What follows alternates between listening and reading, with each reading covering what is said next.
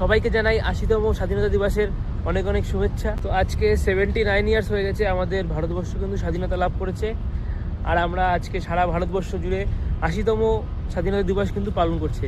তো আমি আছি আজকে ইটালিতে, কিন্তু ইটালি থেকেও কিন্তু আমি ইন্ডিপেন্ডেন্স ডে আমরা সেলিব্রেশন অবশ্যই করব, কারণ যা ইন্ডিপেন্ডেন্স ডে পালন করা হয় কিছুদিন আগে ফিলিপিন্সের হয়েছিল, আজকে আমাদের ইন্ডিয়া হবে, দুদিন বাদে ইন্দোনেশিয়ান ইন্ডিপেন্ডেন্স ডে আছে, তখন সেটাও হবে।